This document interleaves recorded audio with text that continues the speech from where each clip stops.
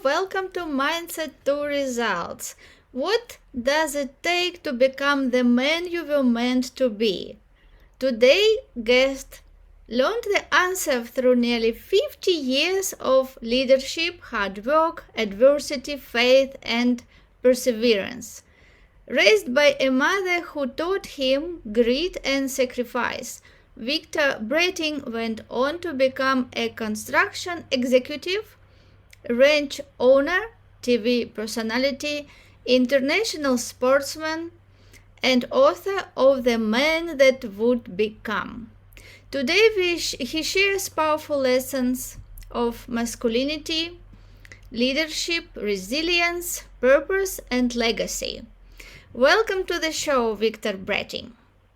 Thank you. We really appreciate being here. You're most welcome. Before we start the interview, I would like you to share what makes you so passionate about what you do. It's with my mom. She instilled if you're going to do something, number one, you need to do it right. So it was always the perseverance that she put into me. So it's kind of like anything in my life. If I'm going to try to do it, I'm going to try to succeed to the best of my ability.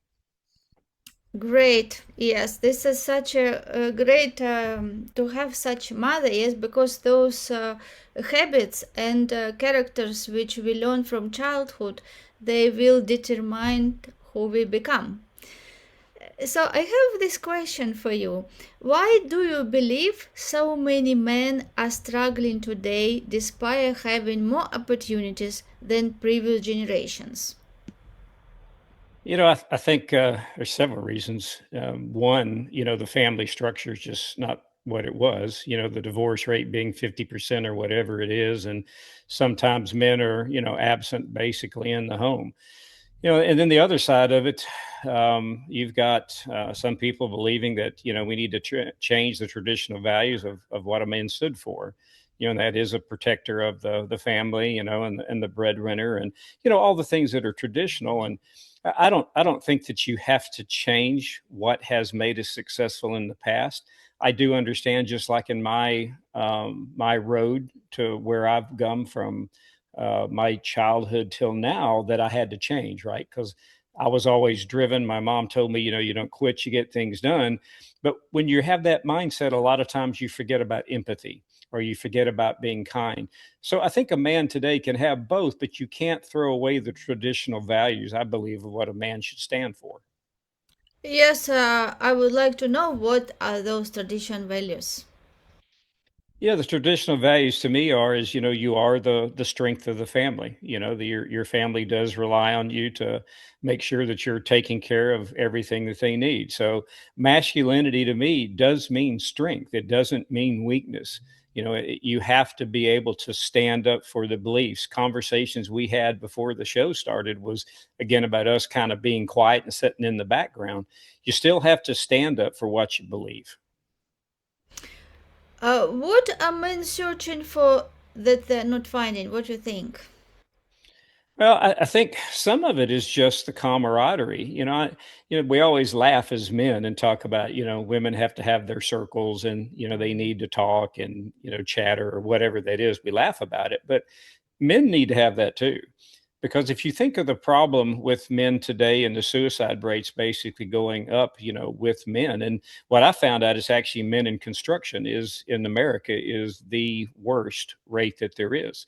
So you have to have an outlet. It's kind of like a drug 10-step program.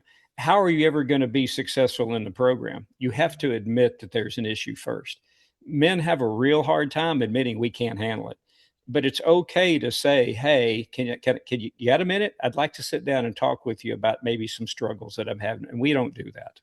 Hmm. Yes, I think it is so common when small boys, when they want to cry, uh, Mhm. their parents or tell them, "You're a boy. You shouldn't cry. You should be strong." Yes, so so it is like they also have emotions. Yes, but it looks like they're not allowed to show emotions, and this suppressing this emotion starts from childhood, right? And then bigger they become, they learn that they have to suppress. And you're so right that when emotions are suppressed, then it causes depression. Yes, and depression causes diseases. And as you said, so many men even decide to live this life.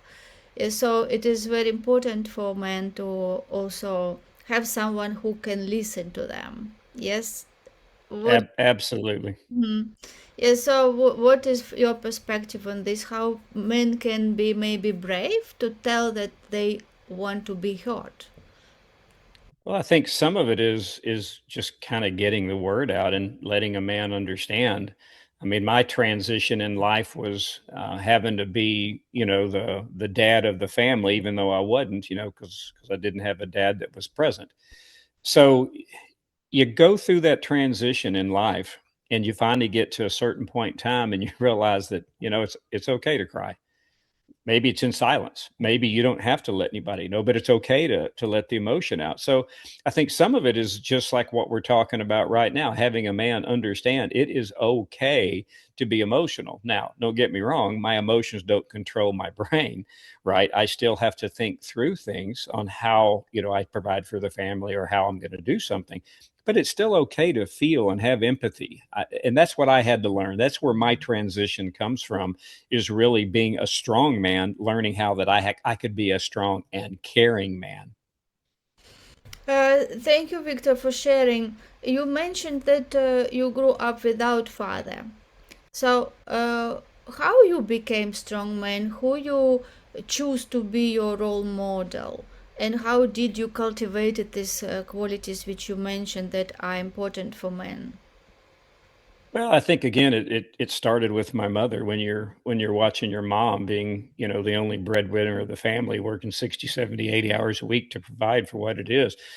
She was my model. She was the one that said, you get up every morning, you do what you're supposed to do, you don't gripe about it, you don't complain, and you get up the next day and you do it again. So that was part of it. Been in sports all my life. So the team environment, about not quitting, don't let your teammate down. That was kind of a character role that, again, that taught me the perseverance side of you don't kind of quit. So I would say early on, between my mom and the team sports is kind of what gave me some of my drive and my determination. Did you have a man role model in your life that you admired and you pick up some qualities from him, certain people or group of or one person that impact? I I really didn't. My uncle was the first one to take me out hunting when I was a kid. He was partly a role model, but I wouldn't say 100% just because I wasn't, near him enough for to have influence. I think my granddad was probably a pretty good influence. I remember sitting down with him giving me advice, kind of like the funny one, like, ignore the speed limit around the curve. It's okay. You can go faster. So there's funny stories about my granddad too, but I would say my granddad was probably the most influential that I had in my life. Yeah, great. I have another question. What are the warning signs that a man is losing his direction? I think a lot of it is isolation. When you start watching, a man start isolating himself, and he doesn't socialize, and it's a change, that happens, and it's not a change that happens overnight. I mean, it's a gradual change, and you can start to see some of the things, especially on the withdrawal side. And what practical steps can a man take to regain control of his life? I think the first thing is you have to admit that, there's something going on. And again, that's the hardest thing for a man to admit. We're supposed to be strong and have it handled. It is okay not to handle everything, right? I tell the group in construction all of my life, it is okay to tell somebody or an owner, let me find out about that. It's okay to do that. And I think most men need to hear that. Yeah, so true. What does being a man actually mean in today's world? That's where the confusion, I think, starts. I mean, you hear on sometimes, that the on a woman's perspective potentially as well. You need to be softer and you need to be kinder. And don't get me wrong, I struggle that with my wife, right? I'll come in the door, sometimes she'll turn around and say, hey, I'm not your employee, change your attitude, come on back. So there is a balance you've got to do between what a man is supposed to do and then how you take care of your family. So I think that portion in the time is just trying to find your balance. And I've always said, excuse me, I've always said in life, there is no balance between family and work. But you have to figure out whenever work is taking your time, you have to pull it back down, bring family back up. So it's trying to find that seesaw effect of how can I truly become a man for my family and then a man for the business that I'm supposed to do. Sometimes they're two different things. How would you define masculinity in one sentence? One sentence: a provider that cares and understands that masculinity can mean several things. Mhm. And what are those several things? Part of it is the protector. The other part is, believe it or not, I know we always talk about mom as being a nurturer, but you're still the nurturer too. You gave the example of, shut up, stop crying. You're not supposed to do that. There is a balance. I do believe you still need to do that. I still believe a man still needs to take on that burden and that load, and you can't do it with weakness, right? You just can't. And the thing that I've learned in the balance of my life is my strength is being able to handle any pressures of the world. My weakness was I was not emotionally attacked. So you have to find the way to be emotionally attached without necessarily being weak. And that's a hard one because I know that as I grew my emotions and I started getting feelings in life, it was harder to handle stress.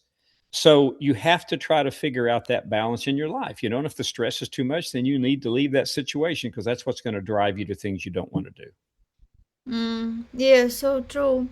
What qualities make a man worthy of respect? One is honesty. I've always told everybody, I'm going to be honest with you. Now, I'm not going to be brutal. I'm not going to stab you, as I'm telling you, maybe some things. But I think honesty is number one. Number two, if you're going to be a leader, kind of like the military thing, you lead from the front. You don't lead from the back. You don't sit in a high chair or a king's chair and tell everybody what to do. You are leading from the front. So the way I look at it, the respect that I've gained is number one, my knowledge. I bring knowledge to what I'm doing. I never come to a meeting unprepared. The second part of that is the honesty that I'm going to give you. And the third one is if I don't know, I will find out for you, but I'm not going to give you a lie right there. Mhm. Yeah, great. Thank you for sharing your perspective. What are some misconceptions about masculinity today? I think some of the misconceptions is that you have to be soft to be a man. In other words, you can still have feelings and empathy and not be soft. I can still walk into a room and develop a presence about who I am without being weak. So I still believe you have to have the masculinity of the side of things, but you can still attach that softness and that feeling to it. You just need to know when to apply both. Victor, do you think that a man can be both strong and vulnerable? Oh, absolutely. It's just hard to admit vulnerability. And I'm the first one to say that. I hate being wrong.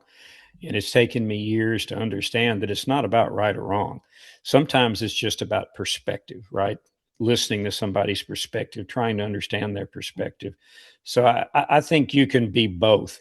Now, would you look at me, excuse me, when we're having conversations and feel like I'm vulnerable? Probably not, because my passion sometimes comes out as push, but it's really just my passion. It's my desire to honestly be an expert and not be wrong. But you can have vulnerability. Sometimes it's just not shown. Mm. Yes, and another question is about manhood. Manhood, what lessons about manhood did your mother teach you?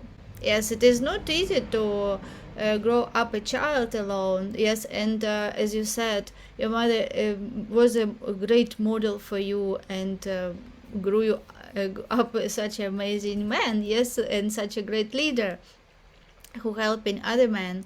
So, what lesson about manhood did your mother teach you? It definitely started out that you have to own what you do. Everything that I did in my life, she made me own it. If I was, whether it was my mom was a manager of Kentucky Fried Chicken for years, and I was 6 years old standing on two milk crates of bread and chicken. And even at 6 years old, she would come by and say, "No, you did not bread this. You did not flour this enough. You need to go back and do it." So she taught me about number one, if you're going to do it right. And the second thing is you need to own it, right? And to me, in today's world, we don't own it. We want to point a finger. We want to tell everybody else that they're wrong. But we need to own first what we do before we ever point a finger. My favorite saying is you can't throw a rock, right, unless you've already built your glass house. So you've got to be able to understand what you're doing. And she taught me that from day one. If I did it wrong, I was going to go back and do it again. So to me, and it's not just masculinity. I think that's in today's world, but that is to me part of what makes a man responsible. Yeah, responsibility and attitude, right? And discipline, Yes. definitely. Yes. Yes, another question is how can men become better husband, father, and leader? I think you said vulnerability. I mean, that's start of it. We have to understand that, that we can be vulnerable, we can be empathetic, we can be, understanding. I remember the very first time that one of my kids say, "Hey, can you say that again?" And I'm going, "What are you talking about?" And they said, "Well, you said I feel. Dad, you have never said you feel. You always say I think." So trying to find that your children and your wife understand you do feel, you do care, right? You do love. But at the same point in time, being able to take care of the family, walk outside and, be perceived as a man. But you have to have the vulnerability, I think. Yes, that's so true. And Victor, you had nearly 50 years of leadership experience. What is the biggest lesson that this leadership experience has taught you about responsibility and character? Well, in at least in Texas, right? And it's different because in Texas, we're non-union, and up north they're union. But when you can't draw from the hall, when there's not these pool of people you can draw from in a union environment, people follow people. Well, the only way that people are ever going to follow you is if you kind of look at the top four things that they do, and money's not the top five; it's right down at five. But money will always jump up to number one whenever you don't give them respect, you don't give them a chance to advance in their career, you don't teach them and train them, and you don't give them environment that they can grow in. So part of leadership has to be your responsibility. One of my favorite sayings is if anybody that I've hired fails, it's my fault. Why is it my fault? I either hired the wrong person or I didn't teach them and train them. Mm. Yeah, I like this attitude. Yes, because there is always a cause and effect, and your perspective is so different from most of people because people have this tendency, whatever happens, they just blame other people, right? That person is wrong, or like economy is wrong, or company is wrong, and it is very rare when people look at everything and ask the question, what I can improve. Yes, because till we look for inside, yes, and till we understand that we are the cause and everything else is effect, we will never grow and we will never change. But as you said, when you ask yourself what I can do better, why this person even here? Yes, because I hired him. So how I can improve? So next time I will not have such people in my company, for example. Yes, or similar situation. This is how things grow. Yes, and was there a particular moment that changed the way you lead? Yeah, there was. Is a defining moment. I probably put 20 years into my career, so let me back up a little bit. So, I started out in the field. I started out delivering water to 10,000 people on a nuclear power plant. So I literally started out as a water boy. Worked my way up through my career. So it's about 20 years in. So when you're raised in the field and you're a superintendent and you're supposed to lead men, and especially back then, it was a pretty rough world. I mean, he who barked the loudest, yelled the loudest, I'm the man, kind of led the group, right? It was totally different than where we are today. So 20 years into that, the world starts changing. Your leadership has to change. I'm fixed to move into an executive management position. And, the owner of the company basically says, I'm going to send you over here. Well, what's that? Well, I'm going to send you to a week worth to this school, and you're going to learn how to be a better leader. So you're kind of going, what did I do wrong? Well, in that moment, you had probably 10 batteries and 360 reviews and all that, and you'd see all the good stuff. The guy's going to take the hill. I'd march with him any point in time. He said he knows what he's doing, right? Then you get to the other part that says little Hitler, right? You don't listen to anybody. Your decision is not always the right decision, right? So you have to start making a decision at that point in time in your life. Do I really listen to what's being said, and do I need to change to be a better leader, or I ignore it because they don't know what they're talking about? So that was an absolutely decisive point in my life when I had to say, okay, what's wrong with me? Because here's the world, right?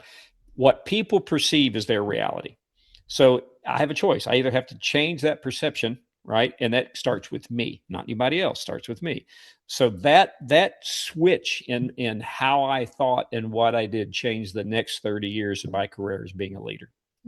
Yeah, amazing, amazing. Yes, so understanding that people see reality through their prism of their awareness and consciousness. Yes, so it is a question: do you want to see this as they see, or you have your own vision? Yes, and how you are devoted to your vision. Yes, because we cannot be always good for every people, because other people can have even totally opposite opinions, right? So having your way and knowing how to communicate with people with passion and also compassion, yes, to understand that they can see situation from different perspectives, and using leadership to help these people to come together and see one vision, yes, as you have as a leader. What leadership mistake taught you the most? Probably thinking that you can climb on people's heads and that's going to help you get up the ladder easy. What does that mean? That means basically not respecting them, for being people. You're just kind of using them for a worker. And when you're in the field, you're a superintendent in the field, it's real easy to not look at them as a person. You just look at them as a means to get the job done, or a means for your advancement. And that's the biggest mistake I made, is knowing that they're still people. They still have families. They still need to go home, every single day, and take care of their families. So that's the one that I had to change. So what did you change? I changed basically my perspective on, you are not just a vehicle or a mechanism to get my work done for my advancement.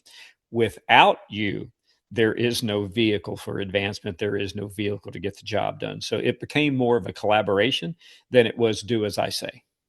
And what happened that you realized this mistake?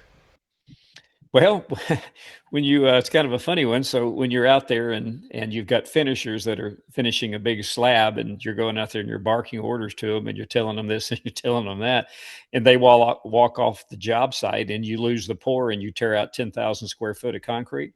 That expensive lesson taught me pretty quick about, probably better change some attitude about how I come across. So how did you change that, and what did you do to make them feel that it is collaboration? So the rule of a good leader is you ask many more questions than you give directions. And that's all you have to do is a switch. You just have to start asking questions basically, instead of barking out commands. And when you ask questions, you're starting to get the collaboration. You're starting to get them to feel like they are part of a team. You do care and you do listen. It's a really simple switch. Start asking more questions. Yes, and show them that they're important. Yes, everybody Yes. Everybody is the most important person, right, for themselves. So when you Yes. make them feel important and understand that they are doing something important, yes, for when they are at work, this can change totally their attitude to work and towards themselves and leaders. How do you make difficult decisions when there is no perfect answer? I've got two things. Let me back up. There's more, probably two or three. Very first thing is risk versus reward. In the construction line of work, every decision you make, there's a risk associated with it, and you have to understand the risk. And if the risk is worth more than the reward, you don't go down that path. Now, it might cost you a little bit to go down the other path, but it's not worth the risk. So I start off with that. The next evaluation I'm going to do is money. What's it cost, right? Does it cost more to do your left answer? Does it cost more to give your right answer? Then from there you got to dig into other things. Is it client related? Am I doing this for a favor? Yeah, it might cost me a little money, but is it going to going to get me some benefit down the road? But I always start off with risk versus reward. When you're a leader and you don't think about the risk of the company that you're fixing to, you're putting the company in risk in things that could bring the company down, then it's not worth the reward. So I always start there, then I go into money, and then you go into, well, why is this important? Mhm. And what separates leaders people trust from leaders people follow out of fear? One is I'm going to tell you what to do, and the other one is I'm going to ask you questions. It's pretty simple. You can walk on any job site, and I can see really quick what kind of a leader they are by how they approach their people. If they're approaching their people as in, you need to do this, this, this, this, this, this, this, and they go on down the road, or are they approaching as, hey, here's what we need to do today. You got any suggestions? You can tell which type of a leader they're going to be right off the bat. Mm, yeah, great observation. How do you stay calm under pressure? God gave me the ability, this is me, but he gave me the ability to handle all the pressure in the world. So I don't let pressure get to me, but I've also had good mentors, right? The owner of a construction company that I first worked for, he started out, he was probably 16 million when I started out. I think he's like 2.2 billion right now in sales. I had an issue when I was in Boston, and we were building Reebok's first big warehouse. And I was sitting in meetings with the vice president of Reebok and a superintendent for the construction company. And I'm sitting in there, and I mean, it got tough. It got to the point in time, superintendent picks up a chair and throws it out the window. So I'm calling my owner and I'm saying, man, what do I do? And he said, Victor, he said, it's really pretty simple. I said, oh, okay. He said, do you put your pants on one leg at a time? I said, yes, sir. He said, do you think they put their pants on one leg at a time? I said, yes, sir. He said, so get over it and get back in there. So I'm not afraid of any man. And I'm not saying that into a point in time of fist fights or whatever. I'm talking about there is no intimidation factor, right? I'm a man. You're a man. We're trying to find some common cause, common ground, trying to find a solution. That's all we're trying to do. So that was a big lesson for me to my boss say, get back in there, man. There ain't nothing to be afraid of. Mm-hmm. Yeah, it is, of course, good to have great mentors because mentors can have ideas which are out of our box. Yeah, so we Yeah, can absolutely. look at things from different perspectives. What leadership principles has never failed you, Victor? Being honest. It's never, ever failed me. Again, don't be brutal, but just be honest, because it's kind of like if you think about it as a leader, if you've taught your people to tell you what you want, then you're going to be led down a path of destruction at some point in time because you're not going to make a decision that might have been made differently if they were honest with you. So honesty to me is right up front. That has to be the most important thing of a good leader. Yeah, amazing. What happens when a man avoids difficult conversations, difficult decisions, and difficult challenges? When he makes the wrong decision because he's doing it either out of fear or out of non-knowledge, and you have to make a decision based upon several things: the knowledge you have, the people that you've asked, that you've trusted, and the research that you've done. So the minute you start shutting up and getting in the corner, you're going to make a bad decision. So, how to avoid making bad decisions? Kind of the three principles we just kind of walked through a little bit. Number one, do your research, right? Here's the funny thing about construction, right? When I built a nuclear power plant, I never built one before. When I built a 50-story building, I never built one before. When I built a coal plant, right? The moral of the story is we build things every single day that we've never built in our entire life. We run against materials we've never used before. We've run against people that we've never had to motivate before, right? So that's what's kept me here is because it is a constant evolution of change every single second of the day, right? I started out with Schedule A and ended up with Schedule Triple Z right by the end of the job, right? So you have to understand what you're fixed into. So we talk about risk versus reward. We're analyzing risk versus reward. We're then going to do our research to the best of our ability. We might call an expert in that field and have them tell us what their suggestion is. Then at the end of the day, you got to take that information and make a decision. Because the thing I tell all of my group in construction, the worst thing we can do is not make a decision. It costs us more money to sit around and wait. Let's make a decision, but make it the best decision that you can today. Yes, not making decision is also decision, right? Indecision is also decision, and Yes. it doesn't solve a problem; it creates it bigger. The same as avoiding difficult conversations. What happens Yes. if man avoids difficult conversation? What would you say? That's a, it's never a good thing because there's no resolution, right? I can even look at it with my brother, if because him and I are two opposites, right? I'm a very driven kind of a guy. I use my brain to try to work through things, and he's got more feelings and caring and compassion than anybody I know. So the conversation is different. It has to figure out what's right and what's wrong. But when we shut up and we don't do it, the communication is lost, the ideas are lost, and we never get to that common goal. Oh, so what happened? Like, why you think people avoid difficult situations in the first place? It's an avoidance of conflict. People don't like conflict. And conflict doesn't have to be bad. In other words, in today's society, we think we have to yell and scream to get our message across. You just have to sit down, open your ears, right? The saying again that my mom always taught me is, God gave you two ears and one mouth. So you need to listen twice as much as what you talk. So if you just go to that same philosophy, just listen to what it is, right? Because avoidance is not going to get you anywhere. I kind of look at it like, a principle even of my wife. So let's say my wife and my brother were having issues. If I try to be the intermediary between them and never solve their problem, it's never going to get any better. They're going to have to hash it out. They're going to have the confrontation. Some of my most meaningful relationship I've got in construction, I probably started out with a fist fight or it got really close. And all of a sudden you come to this understanding that, oh, okay. I see what you're saying. So you have got to work through adversity. Adversity is a part of life. You're just going to have to work through it. Just do it in a kind way.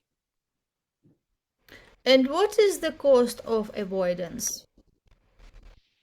For me in construction, it's one procrastination, which leads to time slip, which leads to schedule slip, which leads to money. I think in life, you're leading yourself down a path of no knowledge. The only way I get knowledge sometimes is to have those hard conversations. And finally, it kind of goes ding, ding, ding, ding, Victor. If you listen to this, oh, I didn't realize that. And that's half of it. Half of it is we just don't understand because we've never been there. So if you have an avoidance of a situation, you're never going to get to the understanding. Victor, have you ever avoided something that later became much bigger problem? Oh yeah. That was early on in life when you think, oh, I don't have to deal with it or I can just avoid it and go around it. And next thing you know, you're redoing something that cost you money that you should have just hit it head on to start out with. What role does courage play in growth? Courage is the ability to do something you're afraid of doing, right? Whether that's talking to you on a podcast, whether that is going out there and reaching out maybe to a friend that needs you, that you're too afraid to reach out. So I think you've got to get through it and understand that, like we talked about in construction, what I've never done before is an everyday occurrence. So I have to have enough courage to step out and go, I got this. Now, again, I've done my research, I've asked my questions, blah, blah, blah, like we've all talked about. But you have to have courage in life to take the next step. It is okay, I promise you. Mm. Yeah, yeah, courage is always the next step to growth, right? Because if we don't have courage, it means we will never change because every change requires courage and every growth requires change. Yeah, so being in comfort zone means that you will never grow. And courage is one of the big ingredients. How can someone train themselves to face discomfort? To me, it's creating habits, right? I don't know the rule. It's changed through time, but it takes 12 to 16 times to take a bad habit and create a good one, right? One, you have to be aware of the issue you've got. Two, you have to work on it constantly.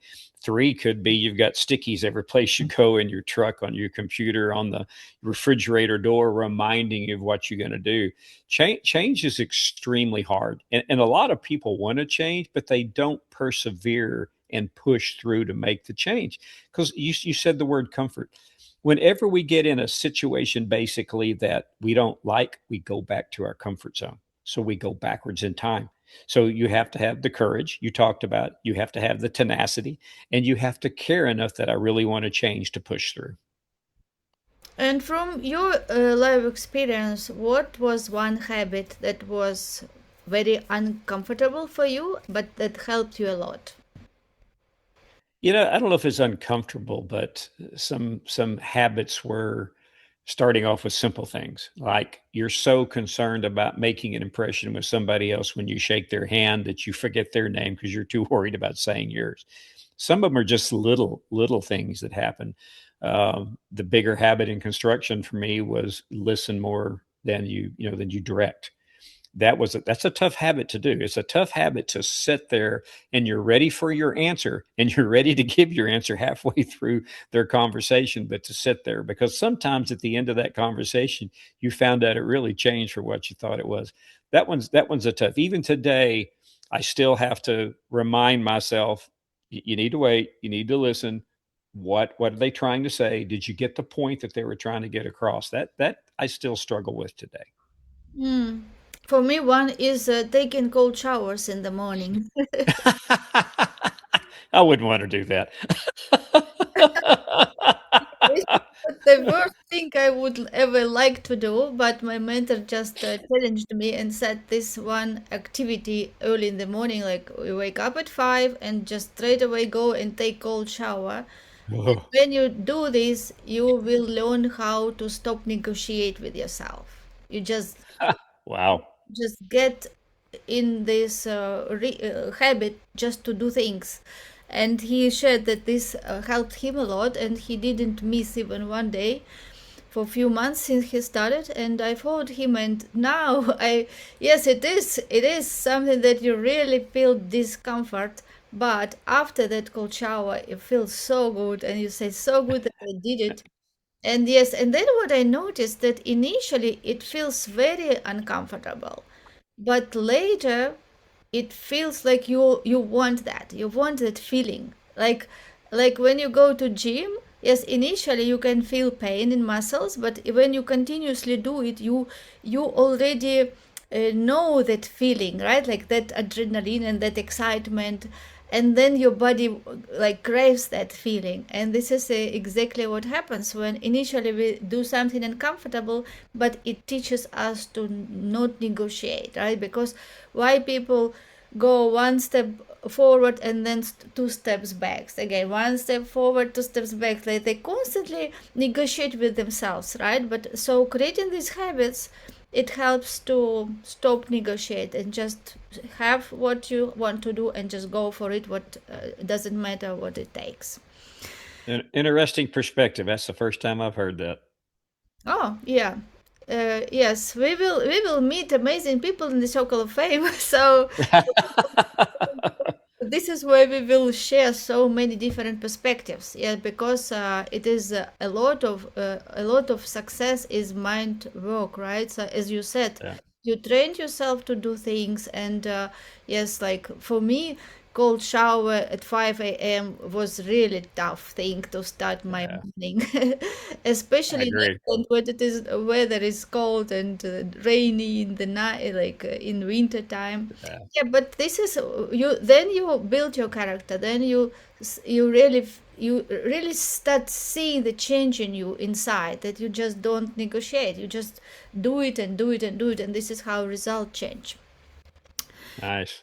What would you say to someone who knows what they need to do but keep putting it off? You've got to get over the procrastination. Some of it's fear, right? You already talked about courage. Sometimes it takes that courage because most of the time procrastination is one of two things, right? They don't want to do it. In other words, it's something they know they have to, but they don't want to. And the other one's fear. If it's fear, you're just going to have to get through it. And procrastination, I learned a long time ago when a mentor told me, you write down what you've got to do every day. So I always had a to-do list. Every morning I'd come in, I'd change the to-do list on what my priorities were. And once I got that in my brain, I stopped doing to-do lists because my brain just went around and around and around and around. And sometimes I would think of a Coke, and somehow or another, a Coke would relate to a piece of paper, and a piece of paper would relate to I need to go get my driver's license done. So you've got to train yourself to not procrastinate, and that has to be a wanted activity. You have to want to do that. Yeah, so true that people have tendency to do easy things, something that they want easy to do for them and what is familiar, right? And most of things, like if you don't do this prioritization, yes, your mind will just automatically will choose something that easier and postpone things with really change. Yes, like Yeah. those 20% or 20% of tasks which create 80% of results. And as Brian Tracy wrote the book Eat the Frog, yes, it means that do the most important things first, and those important things which affect the results, that are those which we will have resistance. Yes, like we don't want to do them for somehow, right? Because also like common denominator of success tells that successful people do things which other people don't like to do, right? But they do these things in order to have those things that other will not afford to do and will never have, right? And this is a common denominator of success. So this is again we come back to habits, how important is to train yourself and really write in the evening what I'm going to do, 6 important things for next day, and create a habit to just follow. Yes, and cold shower will help. Definitely. That's good. Yeah. Was there a defining moment when your faithful was truly tested? Yeah, I would say I would love to tell you I've been married once, but it didn't happen quite that way. So as it, the faith kind of came along with what am I doing wrong? What's wrong with me?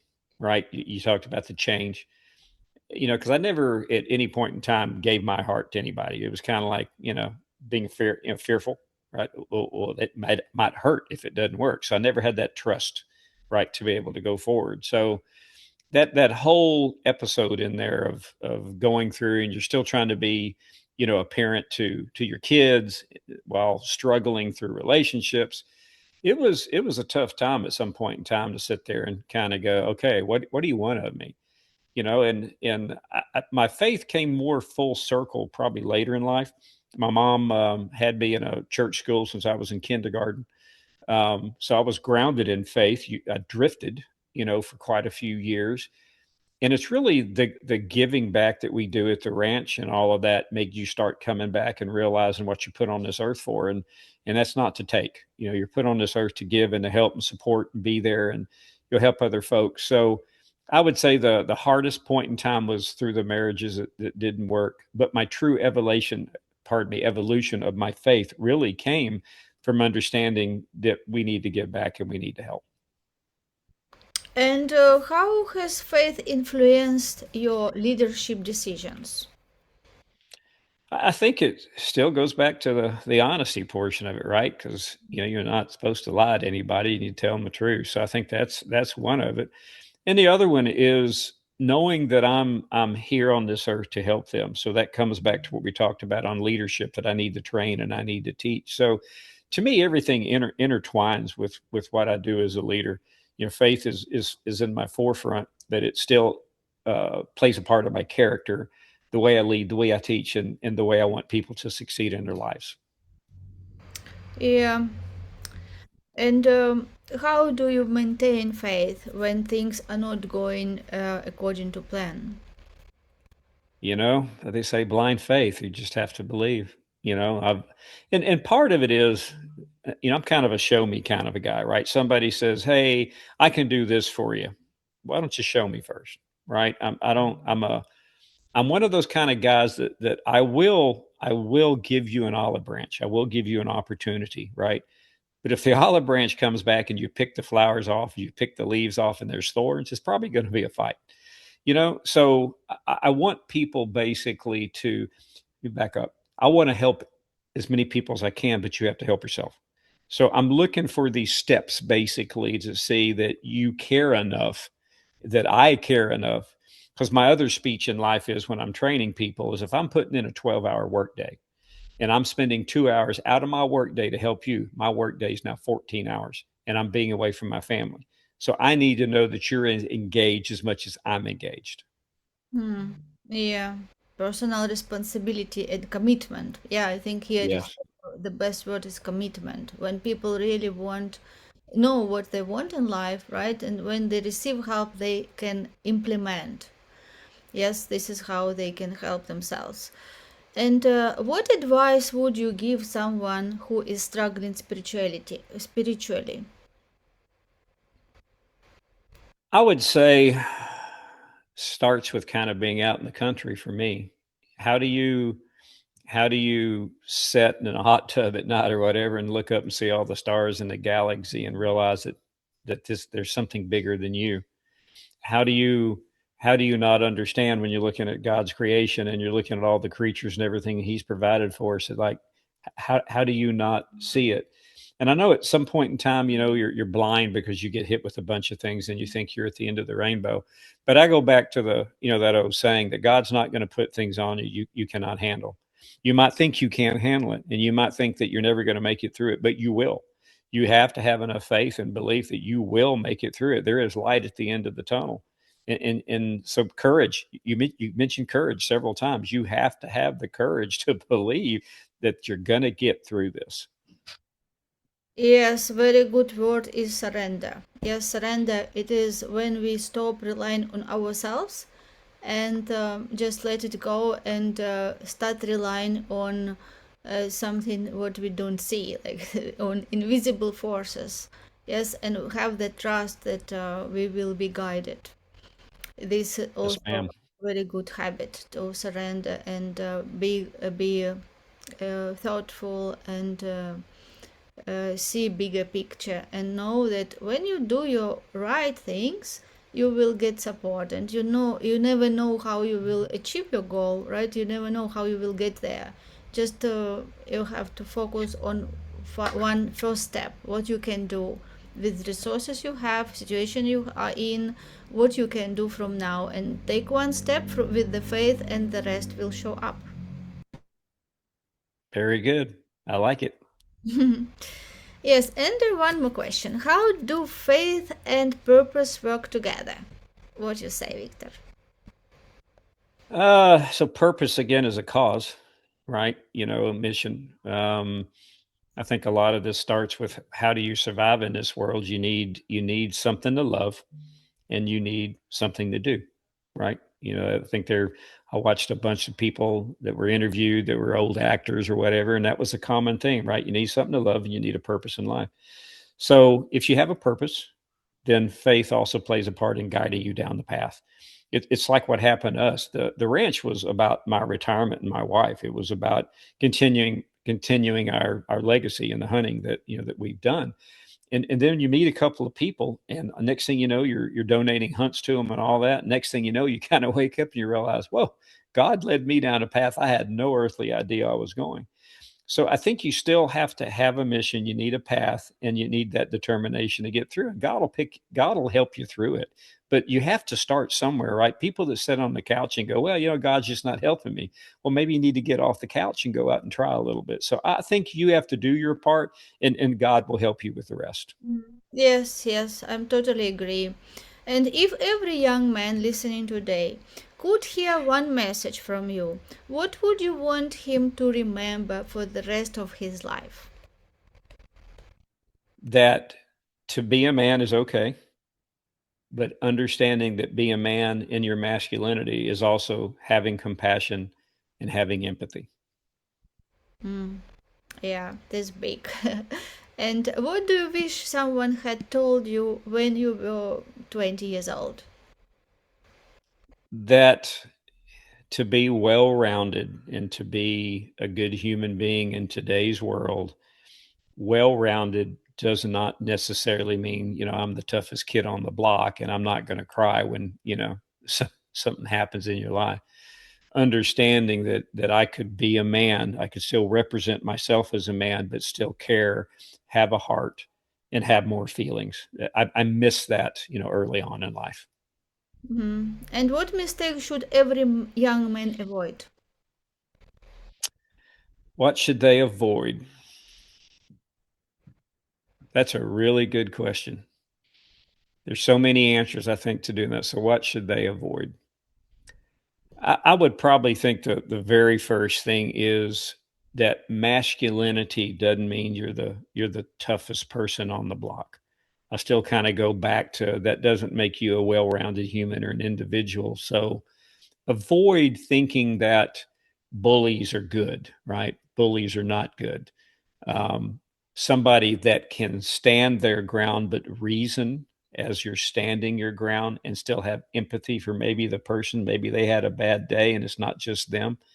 So it is tough, I think, growing up as a boy when we are taught, don't cry, it's okay, you can do this. Hmm. And what habit would you encourage every young man to develop? Your perseverance, not to quit. Team sports taught me that you don't quit. You continue on. I don't care what you're doing, what your fingers are broken, whatever it is. You have to persevere in your life and don't lay down. Yeah, thank you, Victor. And the last question. When people remember Victor Breton 100 years from now, what do you want them to remember?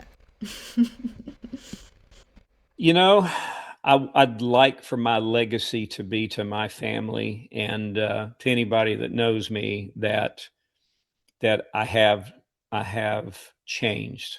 I have become a better person. Therefore, that's what the book is about. In that it is about giving, and at the end of the day, I cared about trying to help somebody else. Thank you, Victor, so much for incredible conversation we had today. Your journey and insights are powerful reminder that character is built through responsibility, resilience, faith, and the choice we make every day.